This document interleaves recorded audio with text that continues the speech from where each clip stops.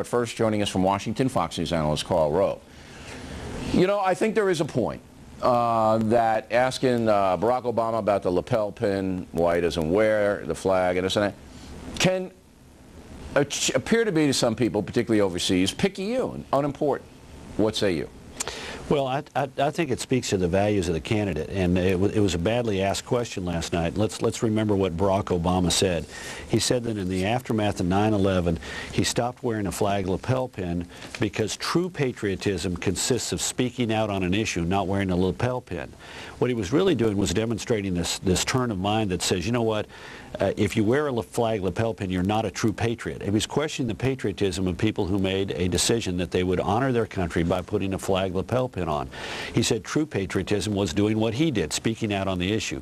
Frankly, you can be a true patriot and do both things, but I think it shows an unusual cast of mind that says true patriotism consists of doing what I did, not what other people do. All right. See, I don't wear a lapel pin. I didn't take Obama's lack of the lapel pin as anything other than he's either too lazy to put it on, he doesn't want to put it on, it ruffles his suit or whatever. I just didn't take it any deeper than that. I could be wrong. I could be wrong about everything. Well, look, I agree with you. That's not the issue. The issue that I think is embedded in there is that he questioned the patriotism of people who did. He said true patriotism. Well, go back to the original quote. But look, but you know, Mr. Rove, and you're speaking off the cuff, and I do it 3 hours a day, and any campaigners all over the place. I don't know. I mean, I didn't take it personally. I never got offended by it. There's one thing. One comment might not be a true reflection of the character, but you take that, you take the comments about Reverend Wright, you take the bitterness cling to, you take his comments, excuse me, about William Ayers, and suddenly you've got a pattern of a guy who's way out there on the far left. Well, you can make a case for that, but I think it's a circumstantial case. Now, let's get to the William Ayers thing, and then we'll get to Wright, because I do think the Wright thing is very serious. The Ayers thing, I'm not so much, but let the folks decide on that. Now, this guy, just to set it up, big weather-round underground guy in a 60s, radical anti-Vietnam guy. After 9/11, he said he didn't do enough damage to his country. He doesn't like his country, so therefore he gets to teach in college, which is, you know, a good thing on your resume. If you want to be a college professor, just put "I don't like America," and you'll go to the top of the list. Here's what Barack Obama said about it last night. The notion that somehow, as a consequence of me knowing somebody who engaged in detestable acts 40 years ago when I was 8 years old, somehow reflects on me and my values doesn't make much sense, George. By Senator Clinton's own vetting standards, I don't think she would make it, since President Clinton pardoned or commuted the sentences of 2 members of the Weather Underground, which I think is a slightly more significant act. All right, so he had a comeback for Hillary Clinton. Now, Obama basically, and I think you know this to be true, built his power in Chicago to become first a state senator there, then a U.S. senator, by hanging around with the left in Chicago. That's what he did. That's why he was in Wright's church. That's why he knew this guy Ayers. That's what it was. So I'm saying to myself, this is what the plan was. He didn't care who Ayers was or who Wright was. It helped him politically, so he hung with them. That's the story, I believe.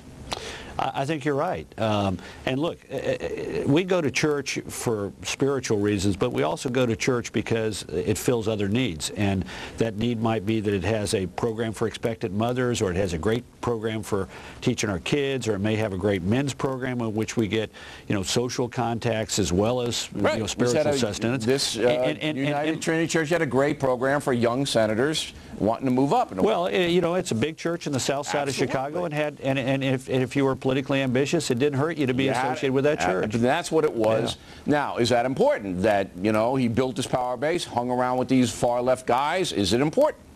Well, it is to the degree that it shows what he's willing to tolerate. It shows where he was comfortable. He was in his comfort zone hanging around William Ayers, who, you know, I thought it was really interesting last night.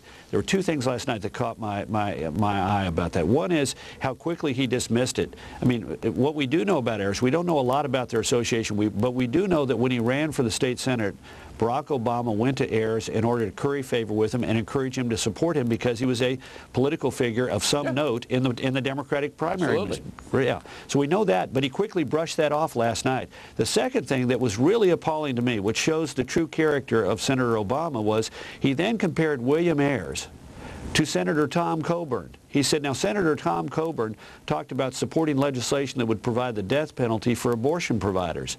And that was somehow equivalent to a guy who was bombing the U.S. Capitol and bombing U.S. government buildings and bombing FBI and military installations and says, and is unrepentant about it. A guy who says, I believe that we ought to go through the legislative process to affect a law is the same as somebody who tried to kill people and blow up U.S. government installations and buildings. The moral equivalency is deeply troubling. We saw this once before with Reverend Wright.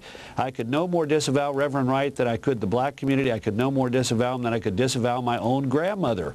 And we saw where that went. All right, now 1 minute left. Reverend Wright, building a big multi-million-dollar house, access to $10 million line of credit, all coming from the Trinity Church, which he took from nothing, Reverend Wright. They were broke when he got there, and built it up into this mega multi-million-dollar operation.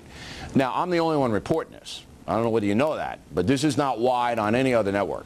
I think it's a big story. Do you? I think it is up to the church. You know, I believe private institutions ought to be able to make their own decisions about what they do with their money. So I wouldn't belong to a church that was giving a pastor a gigantic house and $10 million. But frankly, that's up to the parishioners. But do you think it's going to be used in the campaign? I think Reverend Wright's comments are going to come back to haunt Senator Obama, and Senator Obama's changing explanations. There was nothing he said controversial. I wasn't sitting in the pews when these things were said. It's reprehensible, but I can't disavow them. And then if he hadn't retired as the pastor of my church, I would have left. I mean, those are over the course of literally less than a month. We had those four different explanations. So you see, of all of these, Flag Lapel, Ayers, and Wright the biggest story. It is, but they sort of reinforce the same view of this very far left-wing elitist who's got some views that are really out of touch with ordinary Americans.